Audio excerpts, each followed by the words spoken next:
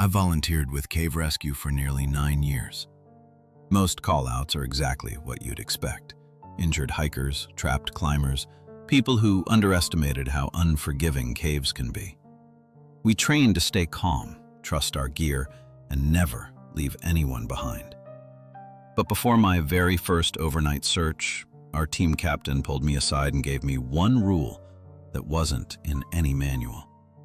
He said, "If you hear someone calling your name from deeper inside the cave, don't answer unless you can see their face." I laughed. Nobody else on the team did. The pager went off at 11:43 p.m. I had just gotten home from work and was halfway through reheating leftovers when my phone buzzed with the same alert.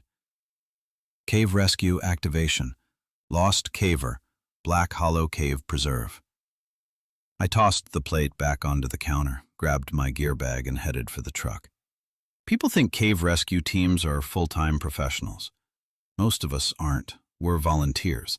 Electricians, mechanics, teachers, nurses, office workers.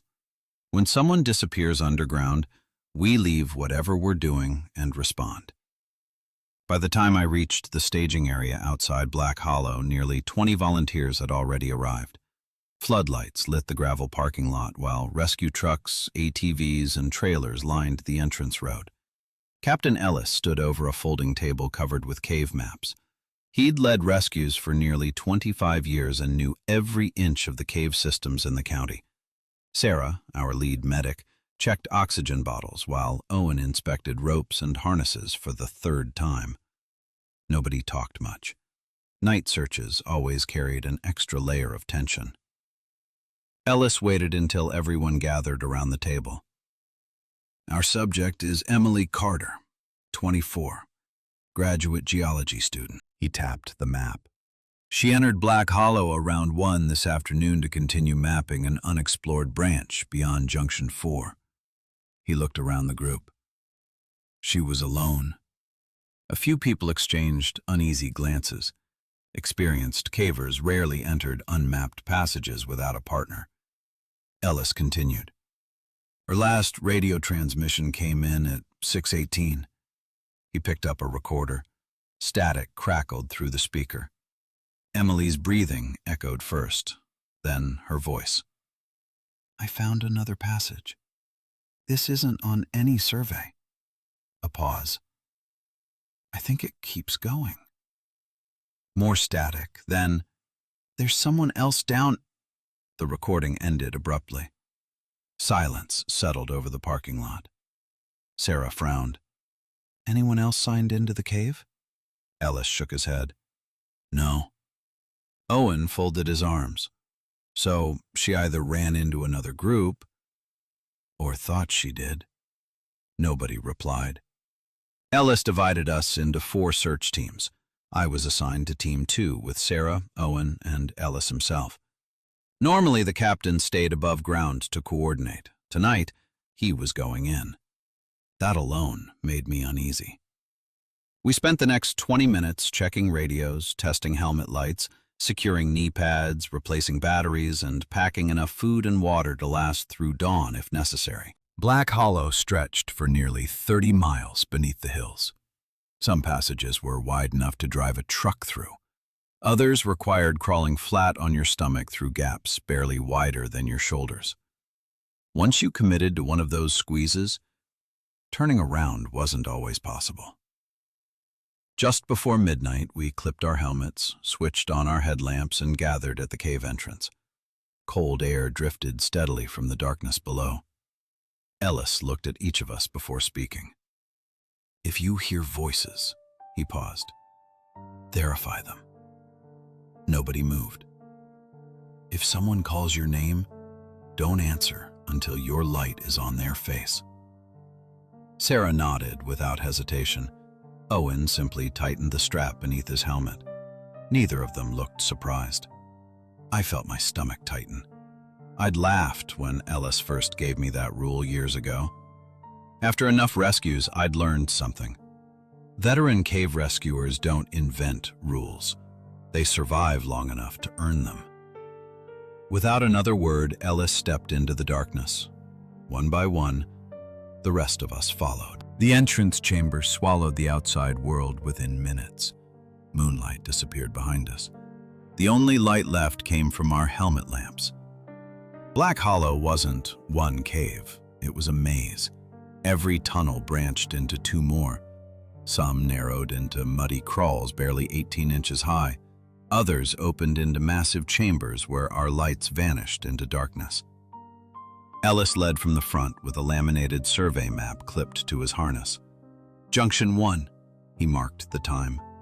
The deeper we went, the colder the cave became. Water dripped steadily from the limestone ceiling. The only sounds were boots splashing through shallow pools, climbing gear scraping against rock, and our breathing echoing through the tunnels. Nearly an hour later, we reached Junction 4, the last place Emily's transmission mentioned. Ellis stopped. Spread out. Stay within sight. Our lights swept across 3 tunnels. Sarah knelt. I've got footprints. Fresh boot prints led into the center passage, Emily's. Then Owen pointed farther ahead. Those aren't hers. Another trail crossed Emily's. Bare footprints. Perfect impressions in the wet clay. Sarah frowned. Someone came in barefoot? Ellis didn't answer. The tracks continued another 20 feet, then simply stopped. No return prints, no turn, as though whoever made them had stepped straight into solid rock. Nobody spoke. Finally, Ellis said, "Keep moving." We followed Emily's trail deeper. The passages tightened until we had to remove our packs and shove them ahead before squeezing through ourselves. Rock pressed against my chest so tightly I could barely breathe. When the tunnel widened again, Owen's light caught something against the wall. Backpack. Emily's. Inside were batteries, water, food, everything she needed, except her radio. Sarah pulled a mud-stained notebook from the top pocket. The first pages contained cave sketches. Then the writing became hurried. Thought I heard another team ahead. A few pages later, nobody answered when I called out. Then, footsteps behind me. Sarah turned one more page. There are voices below. The final sentence was underlined 3 times. They know our names. The cave suddenly felt colder. Ellis quietly closed the notebook. We're close. How do you know? I asked. He stared into the darkness. Because this is where every report starts sounding the same. Before I could ask what he meant, a voice drifted through the tunnel. Soft, barely a whisper. Mike. My blood ran cold. Nobody on the team had spoken. The voice came from somewhere far deeper inside the cave. Sarah looked at me. Did Emily know your name? I shook my head. No. The whisper came again, closer. Mike. Every one of us froze. Ellis slowly raised a hand. No one answered. The cave fell silent. Then, somewhere beyond the reach of our lights, someone laughed. Quiet, calm, almost amused. Ellis unclipped a fresh guideline from his harness. Without taking his eyes off the darkness, he said, "From this point forward, don't trust anything you hear." Ellis clipped the guideline to a rock anchor. "Stay on the rope," he said. "If you lose sight of the person in front of you, you stop." Nobody argued. The marked passages ended only a few minutes later. Beyond them, Black Hollow changed. The walls became unnaturally smooth, as though centuries of flowing water had polished every surface. There were no survey markers, no old rope lines, no signs anyone had mapped this section before. Even the dripping water had stopped. The silence felt wrong. Our lights found another set of footprints. Emily's. She had been running. The boot prints were deeper now, sliding through the mud as if she'd been looking over her shoulder. Then they stopped beside a narrow opening. Ellis squeezed through first. One by one, we followed. The passage widened into the largest chamber I'd ever seen underground. Our headlamps couldn't find the ceiling. The beam simply disappeared into darkness. "Jesus," Owen whispered. The walls weren't bare. They were covered in handprints. Thousands of them. Large hands, small hands, adult, child. Some looked fresh. Others had hardened into the limestone itself. Layer upon layer stretched across every wall. No names, no carvings, just hands. Sarah slowly reached toward one. "Don't!" Ellis's voice stopped her. She pulled back immediately. In the center of the chamber stood a perfectly circular shaft nearly 20 feet across. Its edges were unnaturally smooth. I stepped closer and shined my light inside. Nothing. The beam vanished before reaching the bottom. Then I noticed something impossible. A cold breeze was rising from below, not falling, rising, as if the cave itself were breathing upward. Owen dropped a glow stick into the shaft. The green light fell 10 feet, 20, 50, 100. It never hit the bottom. The glow grew smaller until it disappeared completely. Nobody spoke. Then Sarah pointed toward the far side of the shaft. "There." Emily. She sat curled against the wall with her knees pulled to her chest. Her helmet light was still on. Her eyes were open, but she wasn't looking at us. She was staring into the shaft. Ellis hurried over and knelt beside her. "Emily?" No response. Sarah checked her pulse. "She's alive." Emily slowly blinked. Then her eyes shifted toward Ellis. Her lips barely moved. "You came." "We're getting you out," Ellis said calmly. She grabbed his sleeve with surprising strength. "No," her voice cracked. "They think you're here for them." Ellis frowned. "Who's they?" Emily didn't answer. Instead, she looked toward the shaft, without turning her head, without blinking. She whispered, "They're learning your voices." The cold air suddenly stopped. Every helmet light flickered once. Then, from somewhere impossibly deep below, a single voice echoed upward. "Help." It sounded like a frightened little boy. Sarah instinctively stepped toward the shaft. Ellis caught her arm. "Don't!" The voice came again, closer. "Please." Then another joined it, an older man. "I've fallen." Then a woman. "Can anyone hear me?" Within seconds, dozens of desperate voices filled the chamber, crying, calling for help, begging to be rescued. Each one sounded painfully real. Each one echoed from the darkness below. Emily covered her ears. "They always start like this." The voices stopped all at once. Silence. Then, one voice spoke again, perfectly clear. "Captain Ellis!" Every member of the team froze. A second voice followed. "Sarah!" Then another. "Owen!"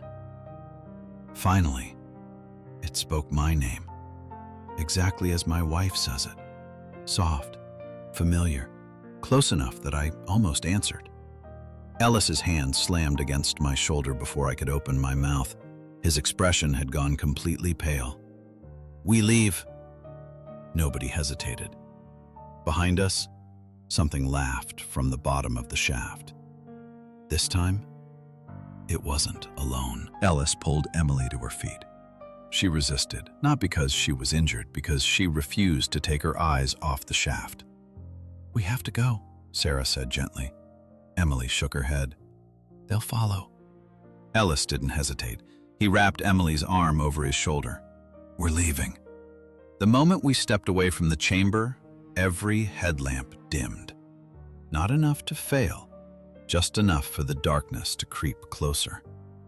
Then the voices returned. Not from behind us, not below us, from every tunnel around us. "Help! This way! I'm trapped!" They bounced through the cave until I couldn't tell where any of them originated. Ellis never slowed. "Stay on the rope!" The guideline stretched ahead through the twisting passages. It was the only thing keeping us together. We reached the narrow squeeze where we'd shoved our packs through earlier. Ellis pushed Emily ahead. "Owen, you're next." One by one, we crawled into the tight passage. Rock pressed against my helmet. I could barely move my arms. Halfway through, something changed. The guideline went slack. I froze. "Ellis?" No answer. Only breathing.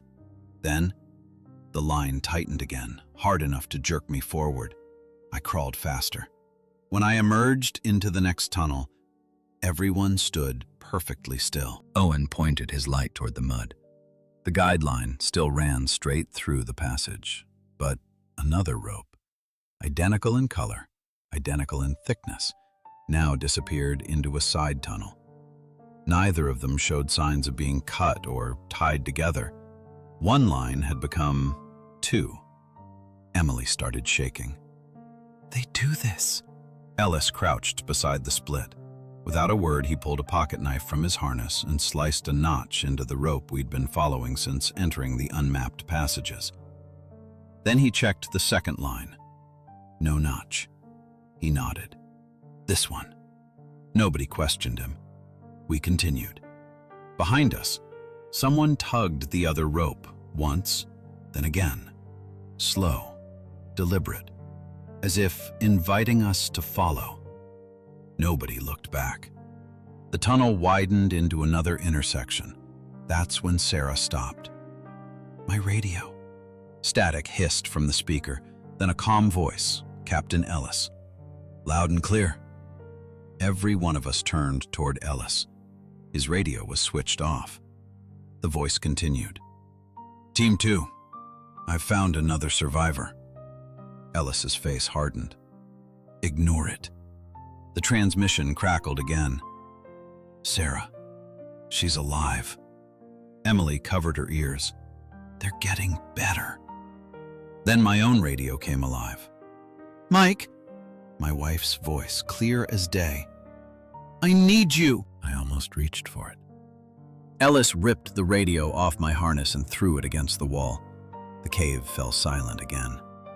For a moment, I thought we'd escaped it. Then Owen counted. 1. He looked around. "Where's David?" We spun toward the rear of the line. The last rescuer was gone. No shout, no struggle, no dropped gear. Nothing. Only a helmet light, still glowing, resting alone on the muddy floor. Its beam pointed into the darkness of a narrow side passage that hadn't been there a few seconds earlier. Ellis stared at it. Every instinct told me to run after him. Ellis never moved. Finally, he spoke, quietly. "If David answers, he's already gone." No one argued. No one stepped toward the light. Ellis gripped the guideline. "Move." We left the helmet behind. As we disappeared into the darkness, its light suddenly switched off. By itself. We reached the guideline marker just before dawn. The first painted survey arrow I'd ever been happy to see. Ellis didn't slow. "Keep moving." Nobody argued. Even after we crossed back into the mapped section, nobody relaxed. It felt as if something was still following us. Not footsteps, not breathing, just waiting. The first hint of daylight appeared ahead. Cold morning air drifted into the tunnel. Emily suddenly collapsed. Sarah caught her before she hit the ground. "We're out," Sarah whispered. Emily shook her head. "No." She pointed back into the darkness. "They can't leave." I finally allowed myself to breathe. The rest of the team wasn't smiling. We counted helmets. Ellis, Sarah, Owen, me, Emily. 5. David was still missing. Outside, the parking lot buzzed with activity as the second shift prepared to enter. Ellis stopped them immediately. "No one goes in." The sheriff demanded an explanation. Ellis simply handed him David's helmet. Nothing else. The official report blamed a cave-in that never existed. David was listed as lost during a rescue operation.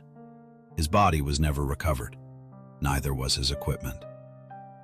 Emily spent 2 weeks in the hospital.